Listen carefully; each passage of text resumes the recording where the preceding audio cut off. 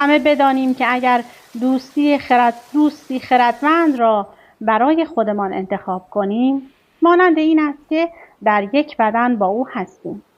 تو باید رفتار و کردار خوب را از خردمندان یاد بگیری تا از آنها الگو بگیری و خوب زندگی کنی. چو روزش فراز آمد و بخت شوم، شد آن ترگ پولاد برسان موم.